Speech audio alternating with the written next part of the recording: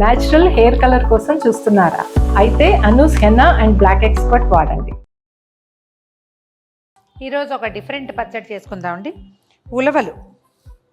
ఈ ఉలవలు సాధారణంగా మన ఇళ్లలో ఎందుకు ఉంటాయండి? మనం రెగ్యులర్గా వాడే దినుసు కాదు ఇది. కాకపోతే ఇవాళ రేపు మనకి కిడ్నీ స్టోన్స్ చాలా ఎక్కువ కనిపిస్తున్నాయి. కిడ్నీ స్టోన్స్కి ఉలవలు చాలా మంచి మందు అని చెప్తారు. కొంచెం ఆంధ్ర ప్రాంతాల్లో ఎక్కువగా ఉలవచారు అది చేసుకుంటారు. ఇళ్లలో అలవాటు ఉంటే అది ప్యాక్డ్గా కూడా దొరికేస్తున్నాయి. ఉలవచారు ఉలవలు కనుక తరచుగా తీసుకుంటే కిడ్నీలో ఉండే స్టోన్స్ కరిగిపోతాయట. నేనేం చేస్తానంటే ఈజీ మెథడ్, ఈ ఉలవలు కొంచెం బాగు చేసి డబ్బాలు పోసి పెట్టుకుంటాను.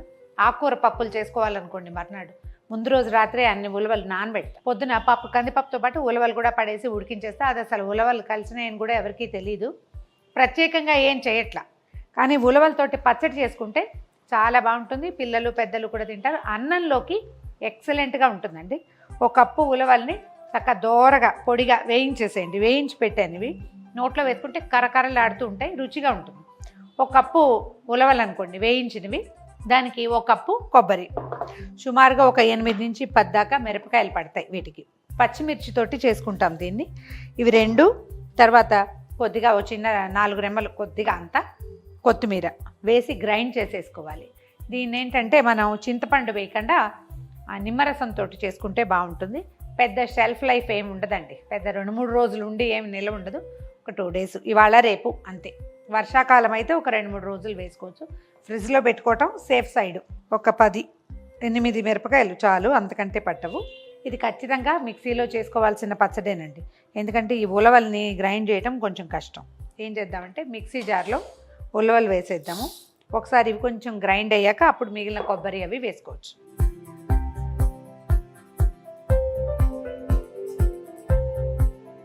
ఉలవలు కొంచెం బరక తగ్గిపోయాక ఒక కప్పు కొబ్బరి ముక్కలు చిన్న ముక్కలు చేసి పెట్టాం. ఆ కొబ్బరి ముక్కలు, కొబ్బరి కోరు కనుక కోరేసి పెట్టుకుంటే ఇంకా బాగుంటుందండి. పచ్చడి అనుకనుగ్గా వస్తుంది. ఒకలైనా మిక్సీ రుబ్బేస్తుంది కాబట్టి మనకంత భయం లేదు.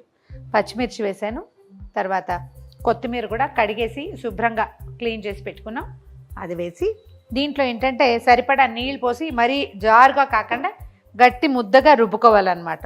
సరిపడా ఉప్పు వేసేద్దాము. ఓ చిటికెడు పసుపు వేసి ఇది మెత్తటి ముద్దగా రుబ్బేసేద్దాం. మన మిక్సీ మంచిది అంటే మాట వినేదైతే ఏం ప్రాబ్లం లేదండి, తొందరగా అయిపోయి. కొద్దిగా నీళ్ళు పోద్దాము. వీలైతే కాసిన వేడి నీళ్ళు పోసుకోండి, అప్పుడు కొంచెం పచ్చడి నిలవ ఉంటుంది. గ్రైండ్ చేశాక చూడండి మనకి ఇది చిన్న బరకు ఉంటుంది. కొబ్బరి అది కలిసి ఇది ఒట్టిగా ఇలా నోట్లో వేసుకున్న రుచిగా ఉంటుందండి. చిన్న తిరగమాత పెట్టుకుందాం దీనికి.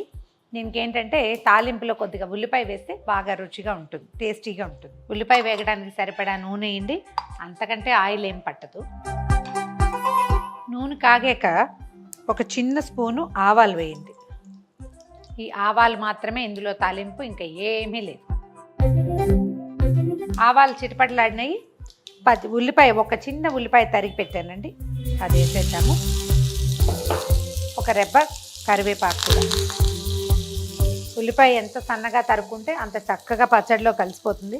ఇవి కొంచెం సుమారైన ముక్కలు, కాస్త మీడియం సైజులో ఉన్నాయి.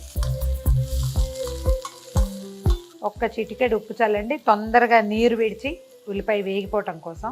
ఉల్లిపాయ వేగిపోయింది. ఇప్పుడు ఏం చేద్దామంటే రుబ్బి పెట్టుకున్నాం కదా మనం ఉలవలు కొబ్బరి మిశ్రమాన్ని ఇందులో వేసేద్దాం. ఒకసారి మొత్తాన్ని కలిసేలాగా కలిపేయాలి. స్టవ్ ఆపేసాను. ఇందులో ఉన్న నూనె పచ్చడి మొత్తానికి ఆశాంతం పట్టేలాగా, కొత్తిమీర కొబ్బరి వేగిన ఉలవ వాసన వేస్తూ ఎంత బాగుంటుందో, భలే డిఫరెంట్గా ఉంటుంది. స్టవ్ ఆపేసాం కదా, ఒక నిమ్మకాయ రసాన్ని ఇందులో వేసేద్దాం. అండ్ ఇంకా చింతపండు వేయలేదు కదా మనం.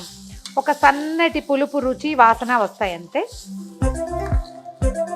కలిపేసి పచ్చడిని బౌల్లోకి తీసుకోవటమే. అక్కడక్కడ ఒక చిన్న ఉల్లిపాయ ముక్క తగులుతూ ఉంటుంది, కమ్మగా చాలా రుచిగా ఉంటుంది. సాధ్యమైనంత ఫ్రీక్వెంట్గా నెలకి 2-3 సార్లు అయినా ఈ ఉలవల్ని కనుక తీసుకుంటే ఏమైనా కిడ్నీ స్టోన్స్ ఫామ్ అయ్యే అవకాశాలు ఉన్న వాళ్ళకి మంచిది, లేని వాళ్ళకు కూడా ఒక ఆదరువుగా ఉంటుంది.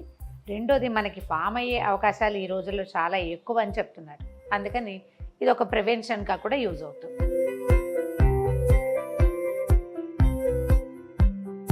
సరికొత్త రుచితోటి ఆరోగ్యవంతమైన రుచికరమైన ఉలవల పచ్చడి ట్రై చేసి చూడండి.